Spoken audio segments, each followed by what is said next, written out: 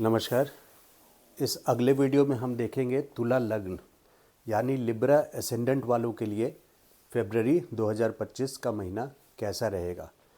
लग्नेश आपके 28 जनवरी से शुक्र 31 मई तक छठे भाव में हैं, जिसके वजह से आपको बैकफुट पे रहना चाहिए, यानी रोग, कर्ज, रिपुण, दुश्मन ना, इन तीनों फ्रंट से आपको सावधान रहना चाहिए।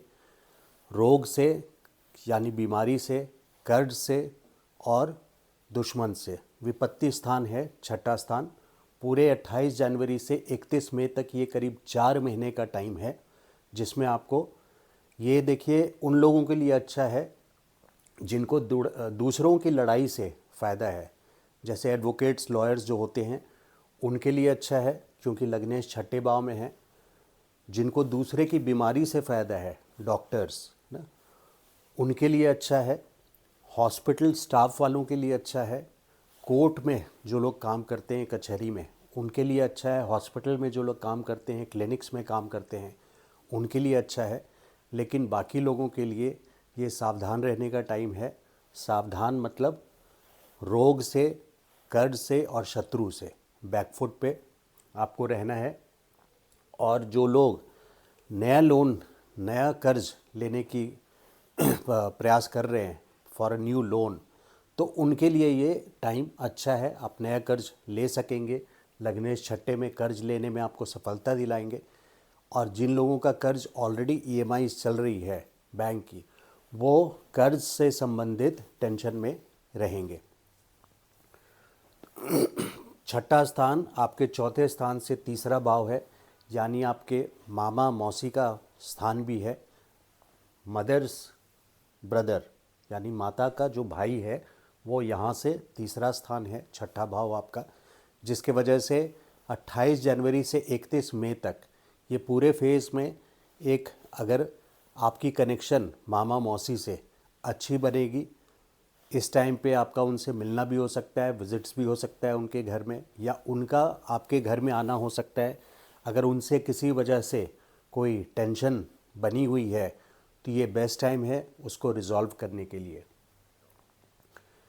जिन लोगों का पैतृक संपत्ति से रिलेटेड कोई भी कार्य हो, काम हो जो अटका पड़ा हुआ हो, उसको सुलझाने का ये बेस्ट टाइम है। पैतृक संपत्ति मिलने का ये बेस्ट टाइम खास करके 3 फरवरी से 14 मई तक का है। गुरु अष्टम में है और यहाँ से नौवीं दृष्टि से चौथे स्थान को देख रहे हैं। 12 फरवरी तक सूर्य भी वहीं हैं और मंगल की भी 8वीं दृष्टि आपके भूमि स्थान पे पड़ रही है। भूमि, भवन, फ्लैट हो या इंडिपेंडेंट प्लॉट हो या इंडिपेंडेंट हाउस हो, इनसे संबंधित कोई भी कार्य हो, तो 12 फरवरी तक तो सूर्य भी हैं, लेकिन मंगल की स्थिति यहाँ पे 24 फरवरी से और सुधरेगी। और पैतृक संपत्ति, सिर्फ पैतृक संपत्ति नहीं, अगर लाइफ इंश्योरेंस से रिलेटेड भी कोई काम हो, कोई विल बनवाना हो आपको, अपने घर में किसी से विल आपको बनवाना हो, तो आपके लिए ये बेस्ट टाइम है। 14 मई तक बृहस्पति की 9वीं दृष्टि चौथे स्थान पे पड़ रही है और 24 फरवरी से मंगल की भी दृष्टि वक्री स्थिति में नहीं, डायरेक्ट स्थिति में यानी मार्गी स्थिति में 24 फरवरी से यहाँ पे आपके लिए 3 अप्रैल तक मिथुन राशि में मंगल की 8वीं दृष्टि भी पड़ेगी। और जो केंद्र स्वामी हैं आपके यहाँ पे चौथे स्थान के, वो त्रिकोण में हैं, भाव में पंचम स्थान पे हैं। तो ये सारे फैक्टर्स अनुकूल हैं प्रॉपर्टी से रिलेटेड कार्य करने के लिए। और जिनके लिए पैतृक संपत्ति से रिलेटेड कोई मसला सुलझाना हो, उनके लिए ये शादी, जिन लोगों की मैरिज हो चुकी है, सप्तम भाव से देखते हैं, उनके लिए भी अच्छा टाइम है, क्योंकि 7th लॉर्ड यानी सप्तमेश नवम स्थान पे बैठे हैं, केंद्र के स्वामी हो के त्रिकोण में ना। यहाँ पे स्पाउस के साथ यात्रा भी पॉसिबल है, जर्नी पे आप जा सकते हैं स्पाउस के साथ। और गुड टाइम फॉर पार्टनरशिप भी है, क्योंकि पार्टनरशिप भी इसी घर से देखते हैं, 7th हाउस से। तो केंद्र के स्वामी त्रिकोण पे बैठे हैं।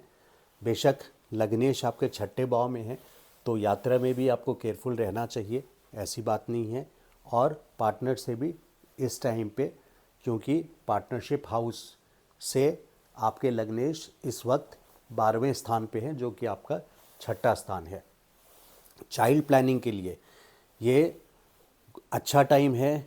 अगेन पंचम के स्वामी शनि अपनी ही राशि में बैठे हुए हैं तो जो लोग आईवीएफ वगैरह प्लान कर रहे हैं ना, उनके लिए ये बेस्ट टाइम है। और जिनके बच्चे हैं तो बच्चों के लिए भी ये प्रोग्रेस का टाइम है। शनि का अब ये आखिरी 2 महीना बचा है, यानी फरवरी और मार्च 29 को शनि का गोचर हो जाएगा और उसके बाद 29 मार्च को ही आपके कुंडली में छठे भाव में 6 प्लैनेट्स रहेंगे, 6 ग्रह रहेंगे और उन सब की दृष्टि केतु पे रहेगी और मंगल और सूर्य की भी दृष्टि, मंगल की चौथी दृष्टि और बृहस्पति की दृष्टि भी पंचम भाव से यहाँ पे 1 2 3 4 5 आपके 12वें स्थान पे रहेगा।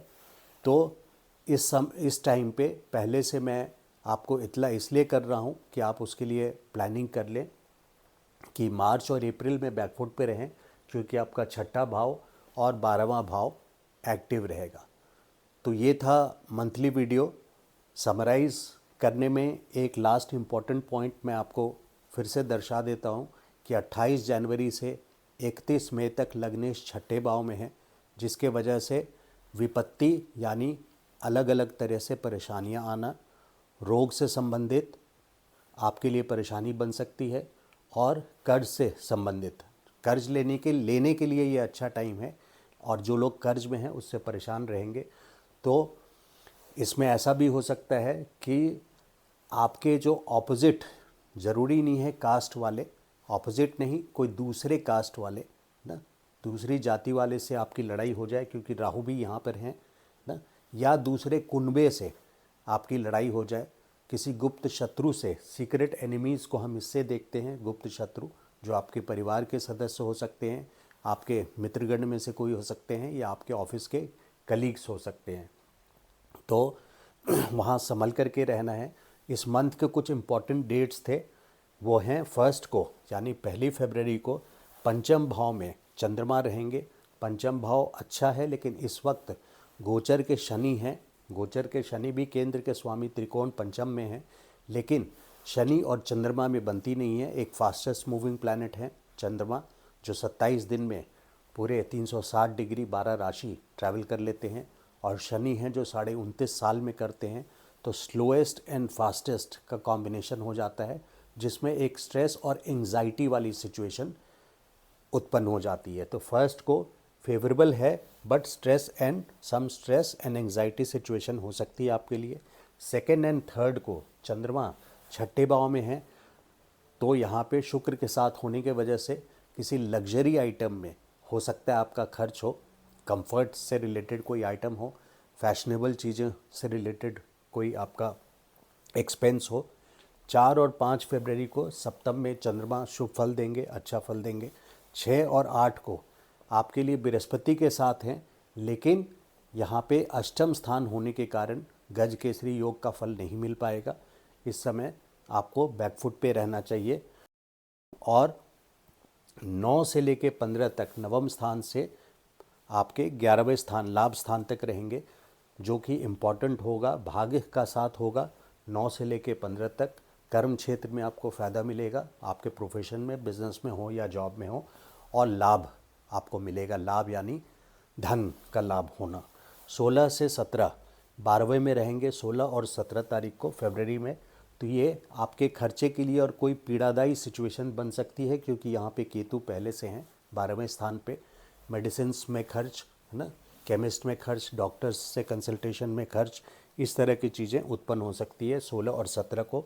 फिर 18 फरवरी से लेके फरवरी के अंत तक 28 फरवरी तक पहले भाव से लग्न से लेकर के पंचम में रहेंगे, जो कि शुभ ग्रह हैं। तो आपके लिए ये फेवरेबल रहेगा, यानी टाइम अच्छा रहेगा। तो ये था मंथली वीडियो तुला लग्न वालों का, लिब्रा एसेंडेंट वालों का फरवरी 2025 का। अगर वीडियो अच्छा लगा हो तो प्लीज़ लाइक कीजिए and subscribe to my channel. Thank you so much. नमस्कार।